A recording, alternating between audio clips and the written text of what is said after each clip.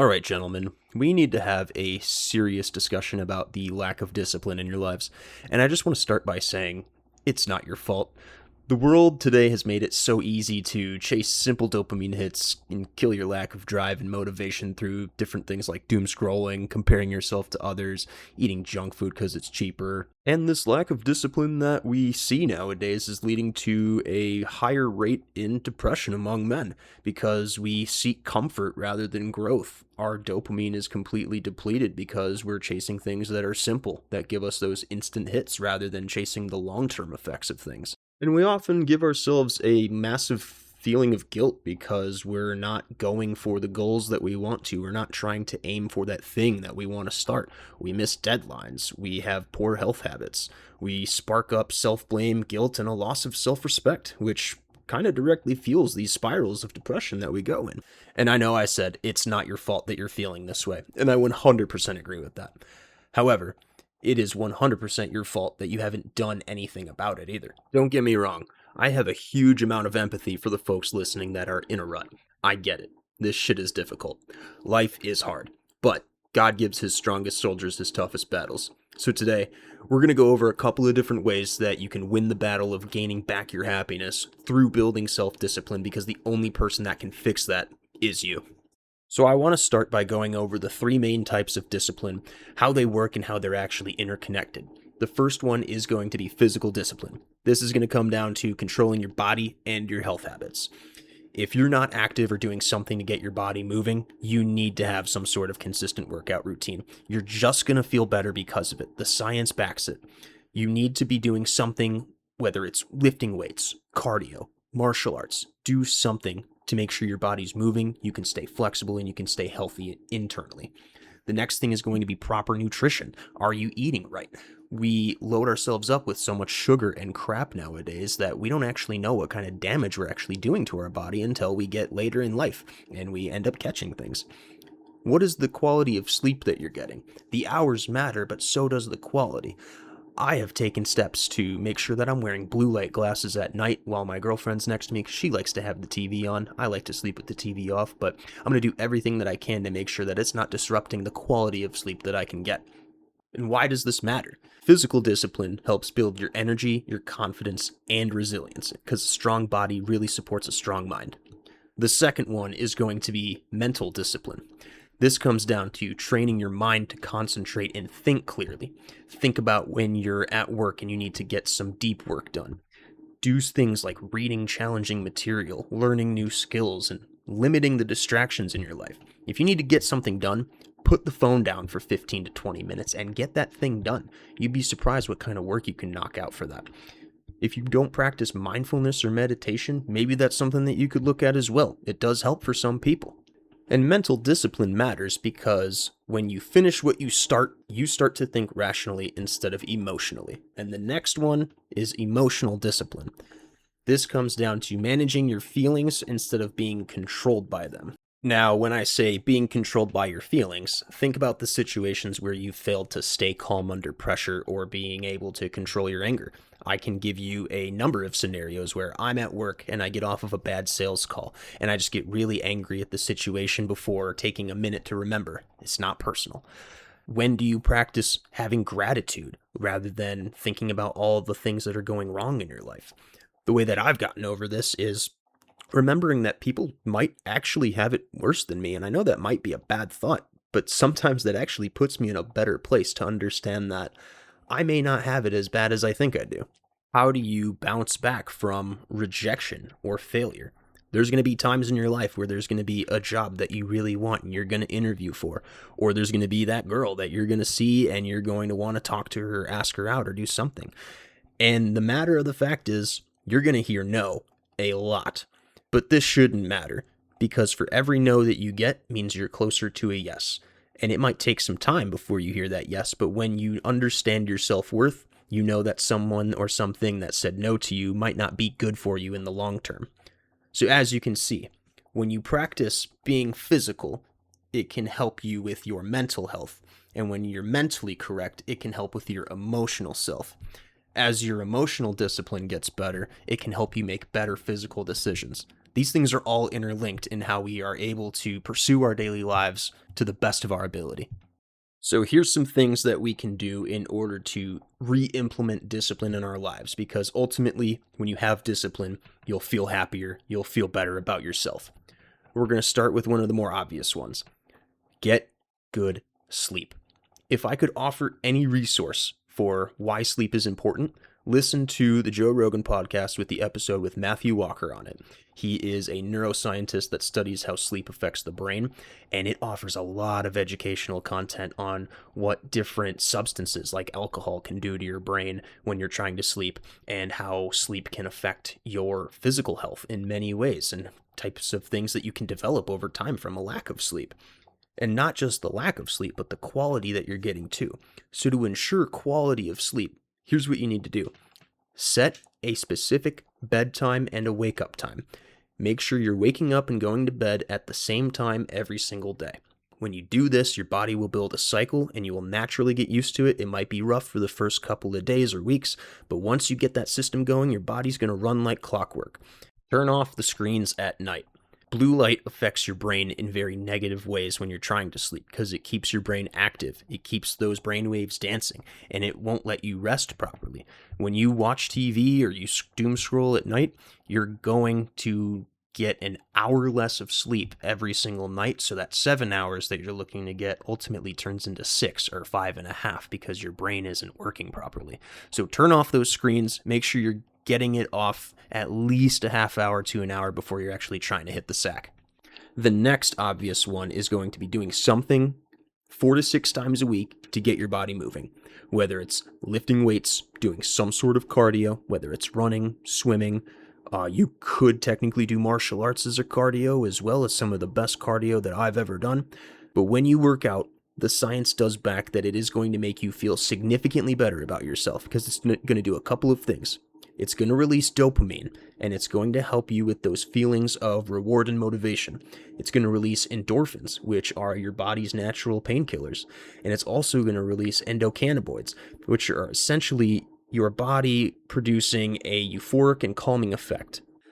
These different chemicals that are being released into your body and in your brain are going to help with lowering your stress levels, which is ultimately going to help you feel less depressed and anxious because moving your body actively tamps down the production of cortisol and adrenaline, and cortisol is the hormone of stress. So if you're high in cortisol, you really need to start looking at getting into the gym, doing some sort of workout, because your body and your mind will thank you for it.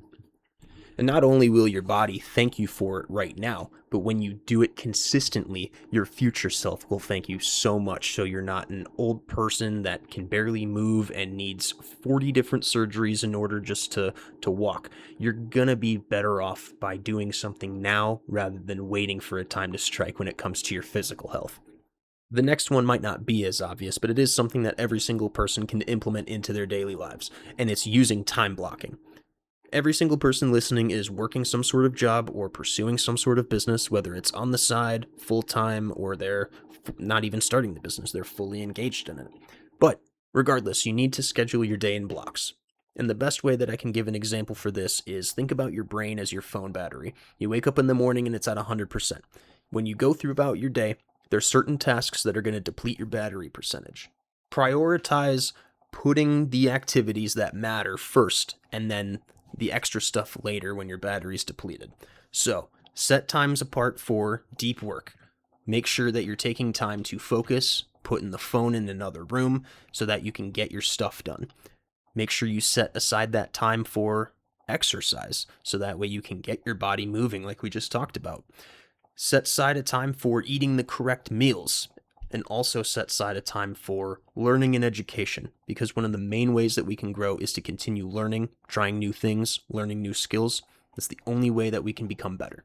By the end of the day, when you've gotten all your stuff done and your battery is pretty much at zero, at that point you can do the stuff that you want to do. If you wanted to wind down and play some video games for the night or watch some TV, only when you've been able to block out your day and make them unbreakable appointments is when that is okay for you. Another unobvious thing that you can do to help build back your discipline is doing something called practicing the 5-minute rule. Every single day, You're going to have tasks in front of you, and there's going to be some that are harder than others. And I'm a firm believer that everyone should be pursuing the hard tasks first.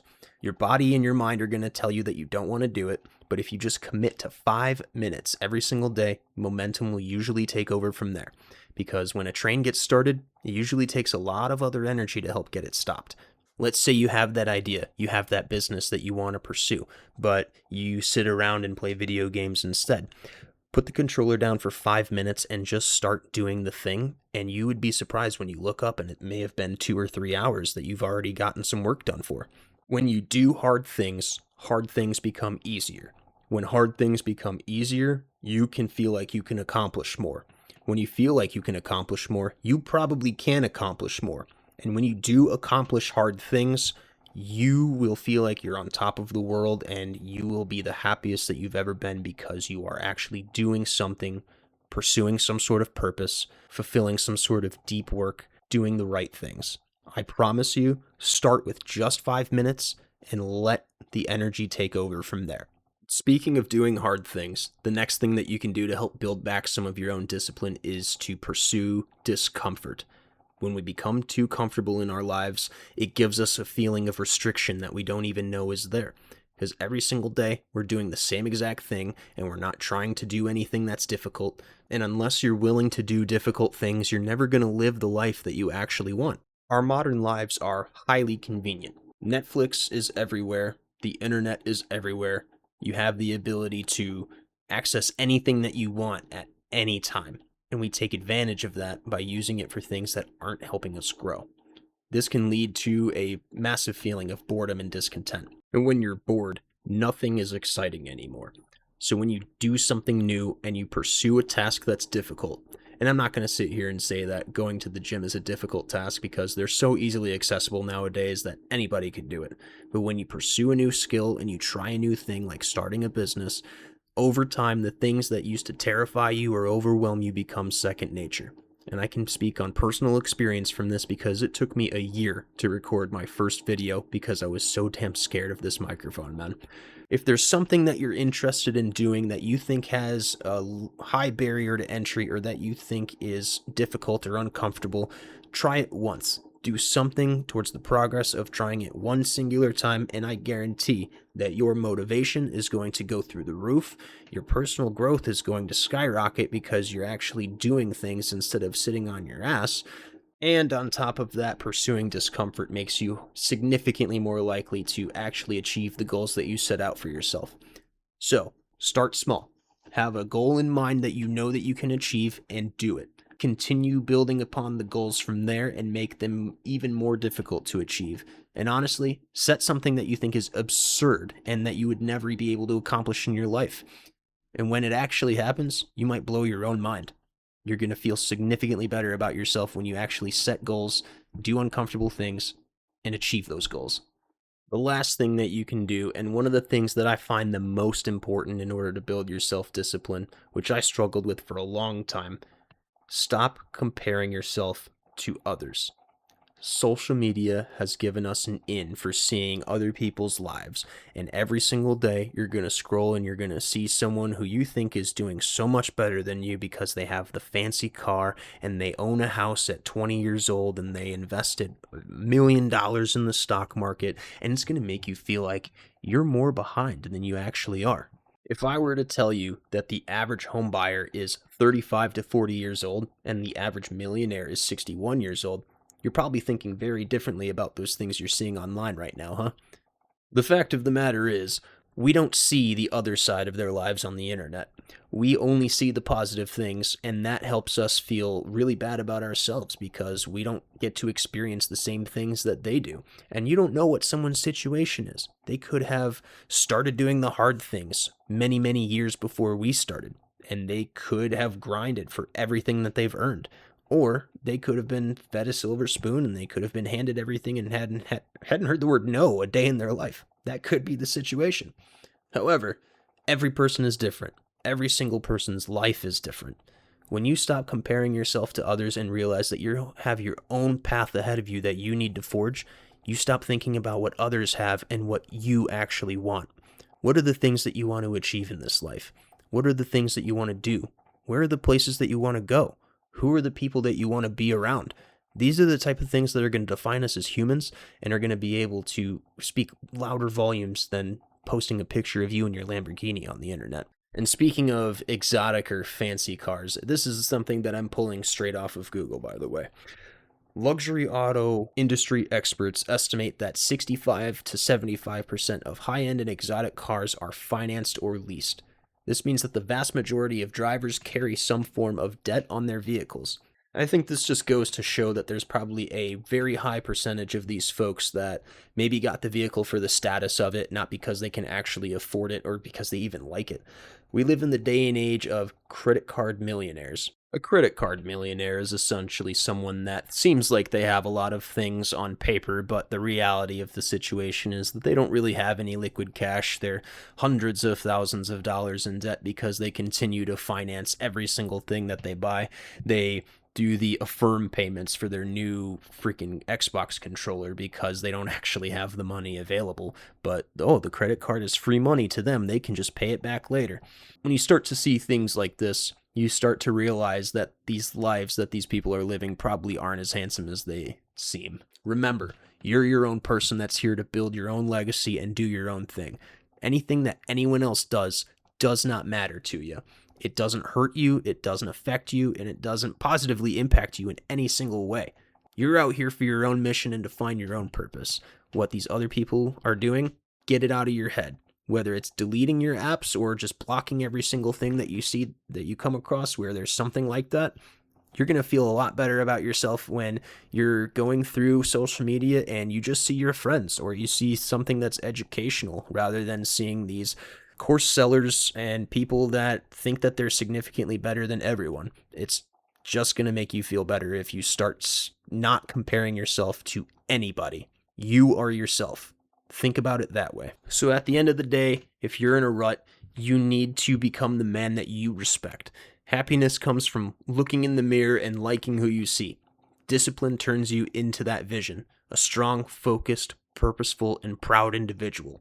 Discipline doesn't take away your happiness. It finally makes you worthy of it. Boys, I really hope that you get to implement some of these things in your daily life. Start small. Do one thing. Build upon this over time.